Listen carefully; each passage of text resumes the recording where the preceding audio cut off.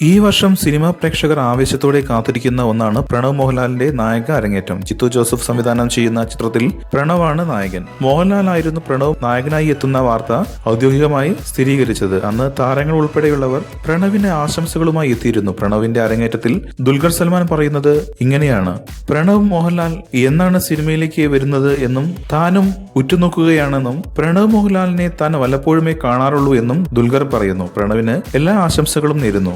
എല്ലാവർക്കും അവരുടേതായ എന്തെങ്കിലും സംഭാവനകൾ കൊണ്ടുവരാനുണ്ട്. ഞാൻ അദ്ദേഹത്തിന്റെ സിനിമയ്ക്കായി കാത്തിരിക്കുകയാണ്, ദുൽഖർ വ്യക്തമാക്കി. ജിത്തു ജോസഫ് സംവിധാനം ചെയ്യുന്ന ത്രില്ലറിലാണ് പ്രണവ് നായകനായി അരങ്ങേറുന്നത്. ആന്റണി പെരുമ്പാവൂരാണ് ചിത്രം നിർമ്മിക്കുന്നത്. അടുത്ത വർഷം ചിത്രീകരണം ആരംഭിക്കുന്ന സിനിമയ്ക്ക് പ്രണവ് ഇപ്പോഴേ തയ്യാറെടുപ്പുകൾ നടത്തിക്കഴിഞ്ഞു. പുനർജനി എന്ന ചിത്രത്തിൽ ബാലതാരമായി സംസ്ഥാന പുരസ്കാരം നേടിയ പ്രണവ് മോഹൻലാൽ ഒന്നാമൻ എന്ന ചിത്രത്തിൽ അഭിനയിച്ചിരുന്നു. പ്രണവിന് ഇപ്പോൾ 26 വയസ്സുണ്ട്. 26 വയസ്സിലായിരുന്നു സെക്കൻഡ് ഷോ എന്ന ചിത്രത്തിലൂടെ ദുൽഖറിന്റെ നായക അരങ്ങേറ്റം. കൂടുതൽ സിനിമാ വാർത്തകൾക്കും വിശേഷങ്ങൾക്കും ഇപ്പോൾ തന്നെ സബ്സ്ക്രൈബ് ചെയ്യൂ മലയാളം ക്രിയേഷൻസ്.